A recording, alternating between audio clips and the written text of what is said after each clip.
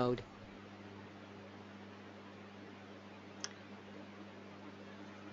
So, good afternoon, everybody, and welcome to this webinar on higher apprenticeships. We're just going to wait a couple of minutes to allow everyone to log in. If you are already present, please feel free to say hi in the chat box, and also let me know which area you're tuning in from, especially if this is your first webinar. It'd be nice for me to know where I'm talking to people. We've got about 3/4 of people, I think, who said they were going to be listening in now in the room, as it were. So I think I'll give you a little bit more information. So this webinar forms part of the National Network for Collaborative Outreach and is hosted today by the Sussex Learning Network.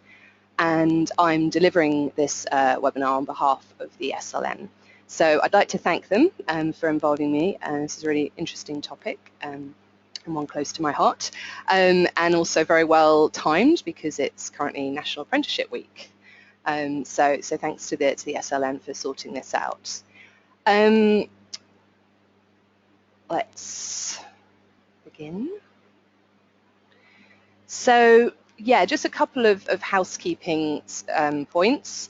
Do let me know in the chat box if you're having any difficulties hearing me and or viewing the slides. I'm not a technical queen, but I might be able to assist you. So do let me know if you've got any issues. I'm also really happy to answer any questions and to discuss any contributions that you might have. So please add those into the chat box. Hopefully you'll be able to see on the right side on your panel that there's a chat section there. I may answer questions during the webinar if it's sort of pertinent to what I'm discussing at that point. But if not, I'll do my best to do it at the end. I'm going to have a Q&A if there are questions still remaining at the end of the session. And my glamorous assistant, Claire Walker, who is joining me from the Sussex Learning Network, may help out with those. So yeah, a little bit about me, so you know who you're hearing here. My name is Miranda Glavin, and I'm a careers advisor and consultant, and I run a careers guidance company called Elevate Careers, which operates out of Brighton and on the south coast. I've worked in careers for about 10 years, and I've run the whole gamut really of guidance, from working with young people in schools, FE, adults, community work. So I have a pretty good understanding of apprenticeships in practice, as well as being involved in a range of consultations on skill development in various sectors and in locations. So, you know, this is my area, but I am not won't know everything there is to know about apprenticeships. So I apologise in advance if there's something that I'm not fully up to speed on. In general, I'm feeling pretty positive about the direction that apprenticeships are taking and the support they're getting. And hopefully, after today's webinar, you will too. So this leads us on nicely, I guess, to hear from you. I'd be really interested to know a little bit about your reasons for tuning in today. And so I'm just going to start by doing our first poll, which just to, as I said, to find out why you're interested in higher apprenticeships. So that should pop up on your screen now, and hopefully you'll be able to tell me why you're here today. So that's interesting. So the majority of you want to feel confident about advising on higher apprenticeships, which is great, because that's something I hope most of us will start doing if you're not already. And sort of about a quarter of you are also interested to know how higher apprenticeships might affect the FE and HE climate. At the moment, it looks like nobody wants to offer higher apprenticeships, so I'm guessing there aren't a huge amount of higher education institutes listening in, or it's not something they're considering at the moment. So that's quite interesting to find out. I've closed that poll now, so I think most of you have answered it. Okay, so hopefully, like I said, I will touch on something that's of interest to everybody. And if I don't, please let me know in the chat, and I can either address it during this webinar, or later on we can follow up, either Claire or I, with an email. So please don't be shy. Okay, so briefly, the aims of today. Yeah, I mean, the main kind of thing to start with is give you a little bit of background to higher apprenticeships, a bit more information on the differences between higher and degree apprenticeships, gain understanding a little bit about the funding system. I'm not going to go hugely into that, especially as actually there's not, it doesn't sound like there's a huge amount of people from the kind of higher education side of things here. Get a bit of a better understanding about why higher apprenticeships, are worth offering. A little bit about future standards and the wider impact on FE and HE, which I know some of you are interested in, and possibly the last bit, I think maybe most interested for those of you wanting to feel a bit more confident about discussing them with the people you work with, some advice, tips and tools to help you feel a bit more empowered when you're speaking with young people, your client base, about the new opportunities. So that's the kind of what we're going to do, and we shall get started. So I think Nick Bowles' comment here probably sets the scene pretty well for the trajectory of apprenticeships in recent years, and kind of the future forecasting of where they're going. And sort of on a personal note, as a practitioner in guidance and careers, it was only probably a few years ago I would find I was working with students interested in apprenticeships, and find that there was actually very few available in the area, and this was incredibly frustrating for the individual and for myself. That the demand was there, but not necessarily apprenticeship opportunities. However, I would say this is pretty dramatically changed, and there's now actually a lot of vacancies, particularly in intermediate and advanced level. So intermediate is equivalent to level 2 GCSE level, and advanced is equivalent to level 3, so A level, BTEC level 3. So there's lots currently now available in those areas. Saying that, when it comes to kind of the next steps, the sort of level 4 qualifications onwards, which is equivalent to the first year of higher education, most people are still trailing the more familiar route of a graduate degree through HE. So you're looking at sort of 400,000 higher education places in comparison to about 200,000 in sort of last year's cohort. So that's what people are still doing. How long they carry on doing that was uncertain, but right now that seems to be the figures. But there's actually a lot of evidence to suggest studying through a work-based qualification actually makes you about 25% more employable, and this is pretty significant, and I think young people are starting to recognise that. Another issue to consider is that for Britain to be able to compete on an international level, we really need to be ensuring that our working population is operating at the right kind of level, a high enough level, and really across many industries this means level 4 and above. So for example, in the agricultural sector we need about 10,000 level 4 and above workers by about 2020. And there's many other really quite fast moving industries. For example, engineering, we're needing to double the number of people who are qualified at level 6, so graduate level and above, ASAP. They're really in dire straits, needing people who can work at the right level. But with higher apprenticeships, it doesn't have to be a graduate route, and this is one of the benefits. And really, this means that those from underrepresented groups are more likely to potentially engage with these opportunities. So maybe people who are not traditionally coming from, higher education doesn't seem like something that's right for them, they've now got an alternative route. And there's also opportunity to upskill those already working in industry, so people who maybe have been doing something for a number of years and are ready to move on, but are finding it difficult. This is, higher apprenticeships are really an opportunity to support them. So the apprenticeship push was a pretty key element of the current party's manifesto. So they promised 3 million apprenticeship starts, and they have somewhat put their money where their mouth is with the introduction of the apprenticeship levy. So I'm imagining a number of you have heard of this, possibly all. Again, you can let me know if this is new to you or not. So the purpose of the apprenticeship levy is really to force the hand, I guess, of British business to invest in our talent and to invest in the nation's skill development more so than they have done. In fact, it's been reducing their investment really. And what that actually looks like in practice is all companies with payrolls greater than 3 million will be paying a tax of 0.5% of their payroll towards apprenticeships.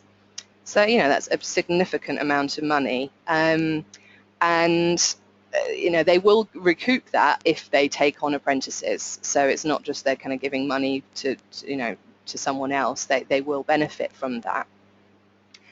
And it's pretty likely then that the current market for apprenticeships, which so far has really been led by further education, in-house, and also private training companies, is likely to expand to address the kind of higher level need, higher education level need, and this is where higher education institutes will really come into their element. So to clarify the difference between higher and degree apprenticeships. So higher apprenticeships have been around since about 2009. They are academic and vocational qualifications.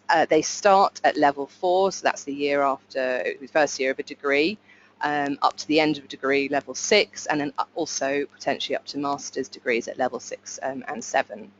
And they have to last a minimum of a year. But they don't necessarily give you a degree. They might give you a different sort of professional qualification. So how the new degree apprenticeship works is it definitely is providing you with a full bachelor's or master's degree as a major component of the apprenticeship. So they're either fully integrated and co-designed by employers and HEIs, or they might exist as a degree on their own with then a separate element at the end which tests their professional competence. So to be honest, higher apprenticeships kind of encompass degree apprenticeships, but degree apprenticeships are a separate entity on their own. So just to give you a little bit of an idea about the kind of degree apprenticeships that are on offer. There are 9 that were started in September 2015. As you can see, well, in fact, there was more than 9 now, but there were 9 that started in September 2015. As you can see, the majority of them are STEM related, and I would say this is probably representative of the current skills gap. Some examples of ones that have already kicked off: Bristol University, they've got a degree apprenticeship in defence and also one in nuclear. And at the University of West of England, you've got one in digital industries and also one in construction.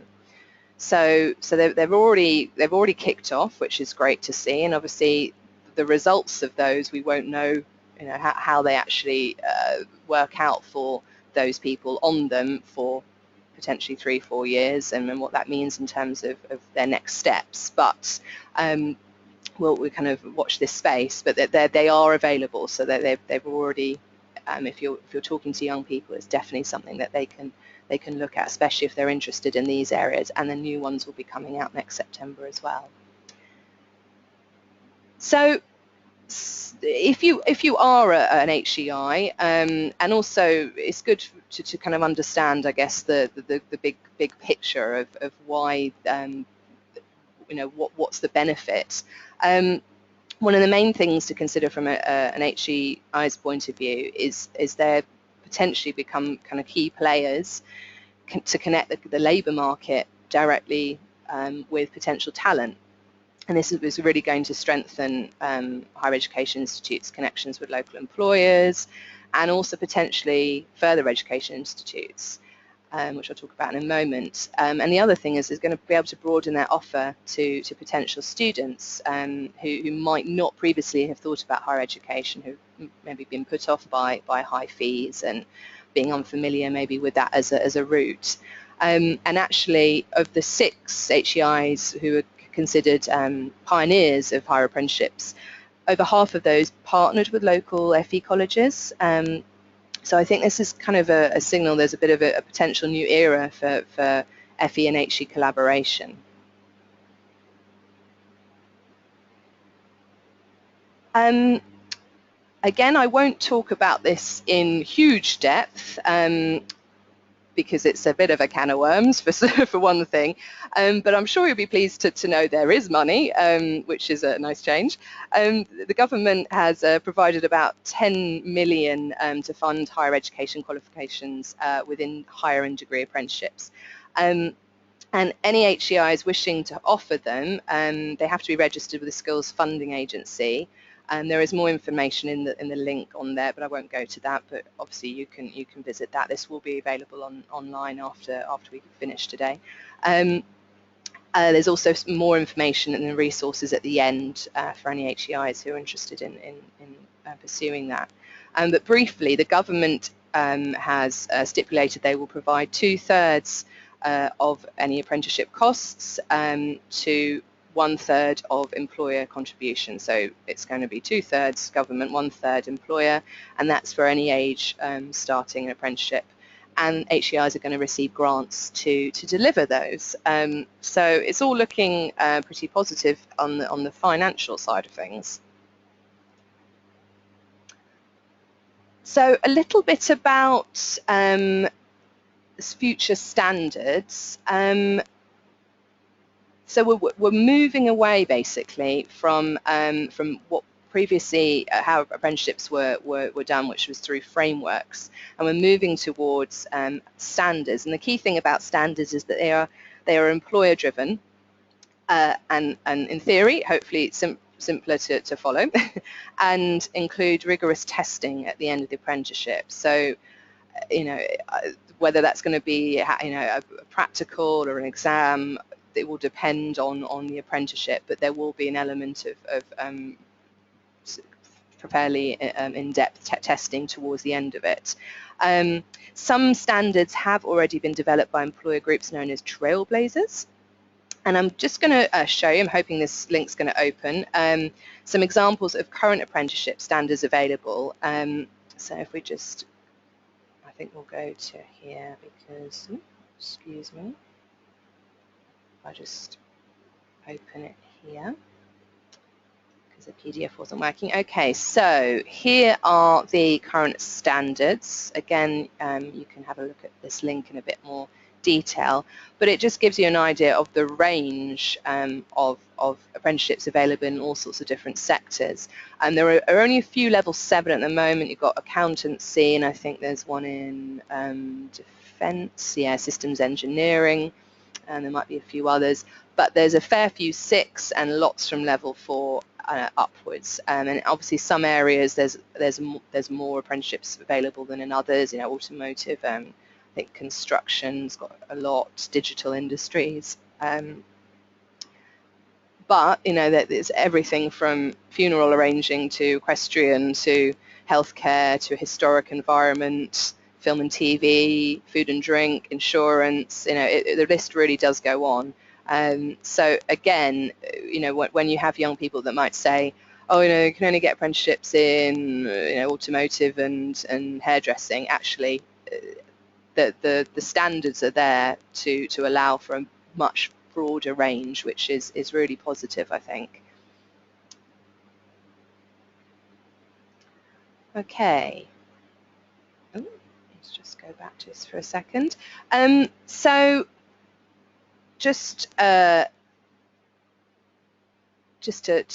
see what you think, I'd be really interested to find out what you think is the potential impact on higher education with higher and degree apprenticeships, with the introduction of them.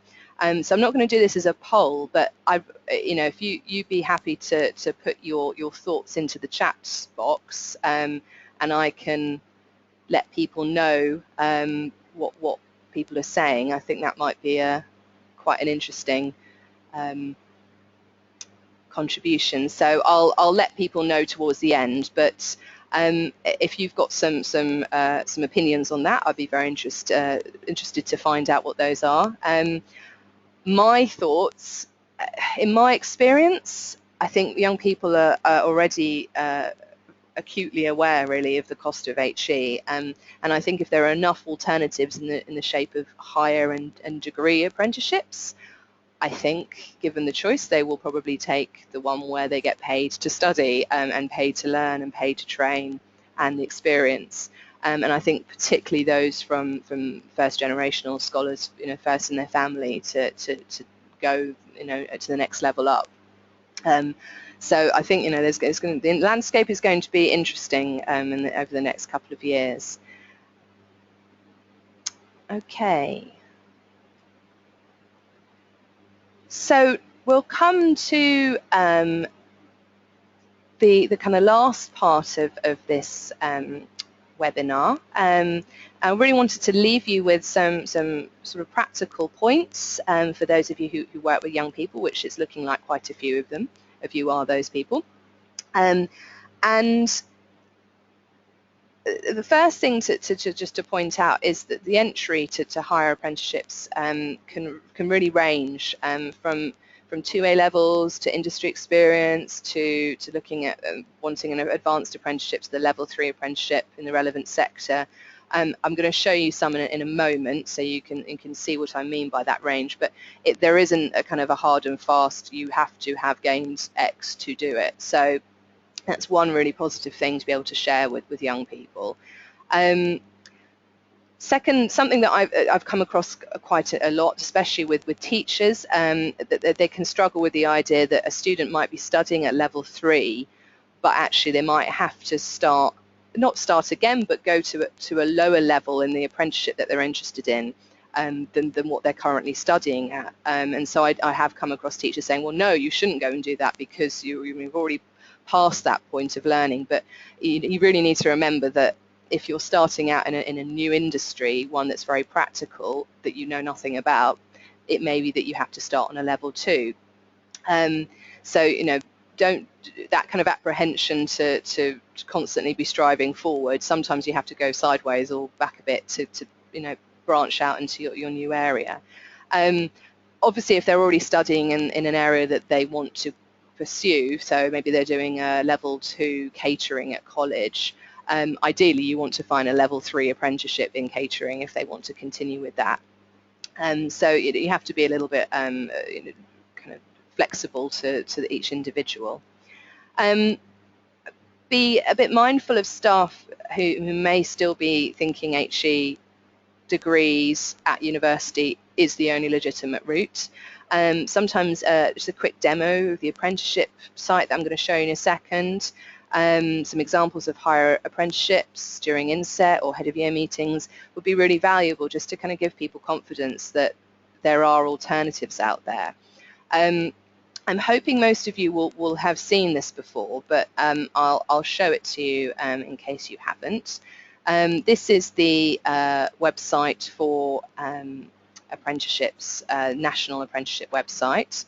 So when you click onto that, if you go to find an apprenticeship and then search the find an apprenticeship service, and then I'm going to do it for my local area, but you can obviously do wherever you want, and you could in fact do the whole of England if you had someone that was happy to move. But if we do Brighton, and then we're going to do higher, and then we search. So we've got 3. So it's not a huge amount, but it's better than nothing. And I'm just going to quickly show you. So we've got an IT technician role here. It's got 175 a week. It's not bad for a start, starting training still. But the bit I want to show you, qualifications. So this provider wants at least 5 GCSEs at grade C or above with maths, English, and either IT or science, and a minimum of 2 A levels or a level 3 apprenticeship or a level 3 BTEC. So it doesn't specify what type of qualifications those are, but they need to have a level 3 qualification. So that was the first one. If we then look at the apprenticeship in HR, you'll find that actually qualifications required, GCSE grade C or equivalent and above in English and maths. So they're not saying that they want a level 3. So it's a level 4 apprenticeship, but actually you can jump straight in there, even if you maybe have ended up doing something different in when others might have been doing a level 3. So already you can see that there's a range. Just looking at the last ones, there's an apprentice support officer at the council. So they want a little bit more. They want the GCSEs, they want 2 A levels. Again, they haven't specified in what. They want you to have an IT knowledge, word processing, and database knowledge. But again, these are many skills that a lot of young people will have. So, that's really, really positive, I think, that there's actually a lot of potential opportunities for young people. The other websites that I was going to show to you, I think I've got most of them open here, so if we can just,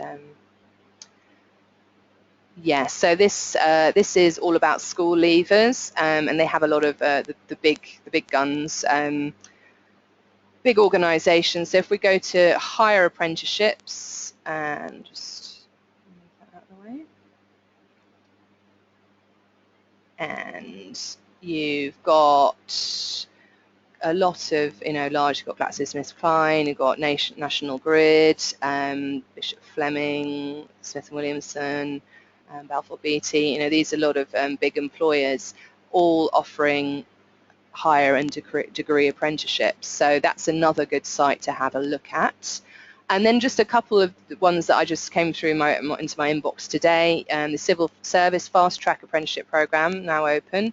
So they offer ones in business, commercial, digital and technology, finance and project delivery. So, a variety of potential apprenticeship options there, which is great.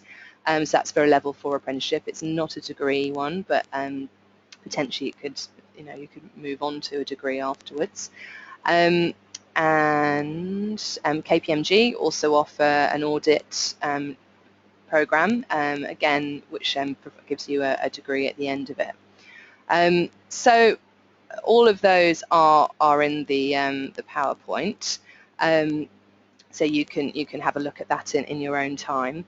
And I think it's one of the first website I showed you, the National Apprenticeship Service. I think it's worth you looking at in your local area, so you familiarise yourself with the kind of training providers and the kind of employers that are taking on apprentices. So, as mentioned before, I really expect the demand for higher and degree apprenticeships to really increase dramatically, especially as university maintenance grants for low-income students are being replaced with loans from September. So I think that apprenticeships are going to become more popular very soon. So hopefully you're feeling a little bit more confident that there are options, there are opportunities out there, and it's all moving in the right direction. So that is sort of bringing us towards the end of the webinar. I'm just trying to open my chat box, which I'm having a little bit of trouble with, which is a bit of a pain, because I would really like to hear from you, which doesn't seem to. Let's see if I can do that. Okay, so I haven't. Well, it looks like I haven't heard from anyone yet. Be great if you would like to put something in chat, anybody, so I can see if it's actually working. And I really apologise if you are commenting and I'm not seeing it, because that's very frustrating for me and for you. I think Claire is just assisting me now to see if anything's going to come up, but currently it's not. While we're fiddling around with that, I'm just going to do one last poll to see a couple of questions, just to kind of get your feedback, really, to see if we've given you a little bit the right kind of information today, and if there's anything that is missing, that's not come up. So I'm just going to give you a couple of questions here while Claire can see if she can figure things out. So I'm just going to launch the first one.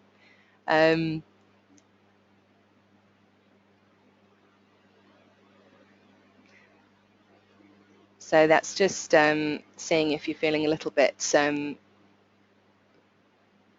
more knowledgeable.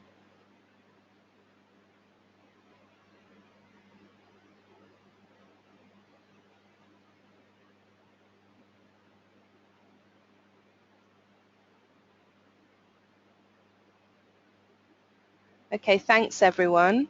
So I'm pleased that everyone has got something from it. So that's a positive thing. I'll just close that one. I'm just going to move on to the next one.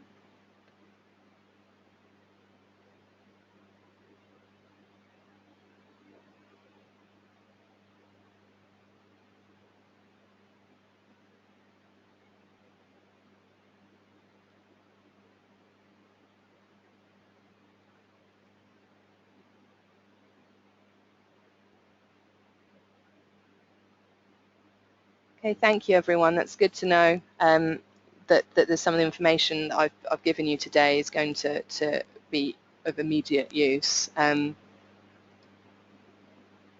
hope you'll be able to take that back into your institutes and speak with your colleagues and feel that there's life in higher apprenticeships. And just the last one, I think we've mostly got everyone.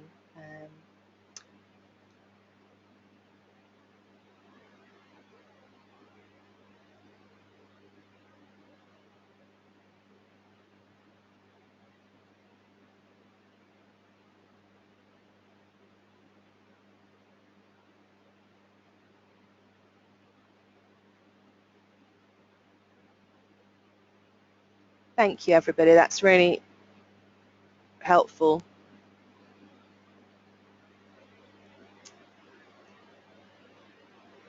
Oh. Okay, dokie. Okay, so I finally found what I needed. So it's and excuse everyone for that moment. Well, I'm just going to look through your questions now.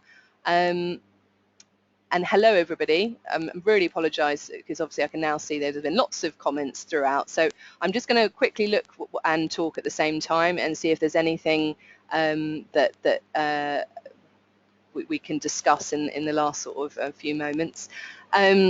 Just hello to those who said hello to me. Frustratingly, I didn't see this earlier. So hello, Jackie. Hello, Joe. I see quite a lot of people in Sussex and other areas, which is great. Kent. Got a great diagram. Do you have some sort of diagram showing all the different levels of apprenticeships, intermediate, advanced, higher degree? It would be useful to show it to students as I explain what is out there. There will definitely be those online. If you just Google different levels of apprenticeships, you'll probably find something pretty quickly. However, I can have a quick look for you and see if we can track that down. But I know who you are. It sounds a bit scary. I can see who you are, who asked that, so I can either add that to the material that we put online afterwards. But I will make sure that happens. You've got where can I find the list of HEIs? Again, I can add that to you. I won't be able to give it to you all now because it's various bits of research that I've done over the last week or so to create this for you today. Okay, I'm curious about the use of the word local. Is there any funding for accommodation similar to that for those going to study? That's an interesting one. I don't know the answer to that. my understanding is that an apprenticeship, the student will receive a salary. So whether or not, I mean, I imagine that salary would include them, using some of that money to pay to live somewhere. I mean, again, I can double check, but I'm pretty sure. Yeah. Sorry. Yeah, I'm in discussion with my colleague Claire, who can talk louder if she wants. We're both in agreement that yeah, they're not going to be getting extra funding for that. However, a lot of them are receiving very good starting wages, so it should suffice. And London, if they're in London, they'll get an extra amount, London weighting. What does a rigorous testing of standards at the end of the apprenticeship? So what I've heard so far, because we haven't got the degree apprenticeships have only just started running, but obviously with a degree you would be doing the exams as everyone else would be. If it's in a higher apprenticeship, they've just introduced, so basically there will be an exam element, whereas up till recently you would be sort of looked at your work across the period of the apprenticeship. So it's a little bit more like the A-level linear style, although you will be looked at during as well. So I guess it's more like a BTEC approach, which has benefit. There's various ways to look at that. Let's have a. Yes, so a couple of people mentioned they've got more sixth forms asking about apprenticeships as an alternative to university, which is great. I'm hoping you'll be able to say that that's a good thing, and there's those opportunities there.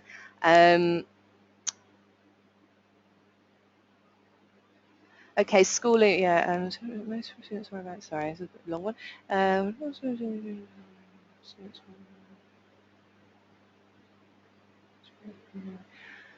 Yeah, well, I think that the introduction of the standards is really going to, and thank you, Jackie, for your question, is going to give a really good baseline for what an apprenticeship should look like. So ideally, this is going to mean that the employers all have to adhere to a certain standard, and that the training providers also do this. So again, there's no guarantees, but I guess it's this, it's the same as if you do a degree at one university or another. There will be differences there, but they all having to meet certain standards. So hopefully that kind of gives you some reassurance. It's fantastic. I've had so much discussion here, and I wish I'd been able to see it earlier, but anyway, we've got it now. Yeah, students need to be reminded about Aim Higher and widening participation. I'm not sure if you mean Aim Higher, the organisation. Unfortunately, that folded a number of years ago.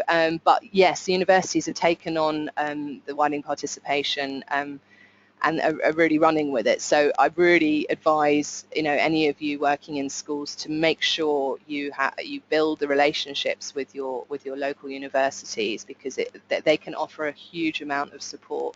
And I find actually quite important where we are, they've been fairly impartial and can come in and support students in things like personal statements, but also not just for the university that they're coming from. So it's really worthwhile building those relationships.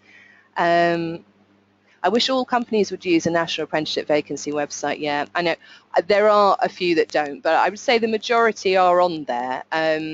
Again, you might find that there's local providers who are not. But finding out who your local training providers are is a good idea. For example, in our area, we've got apprenticeships in Sussex, which then lists all the local training providers. So you can always double check to see if you've got particular interest, if there's a training provider that will deliver in that area. Okay.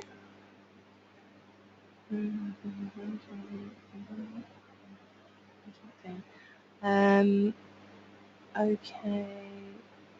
And another person asking about the list of HEIs, we'll make sure that gets up here. Thank you. Are you getting the questions? No, I wasn't, but I am now.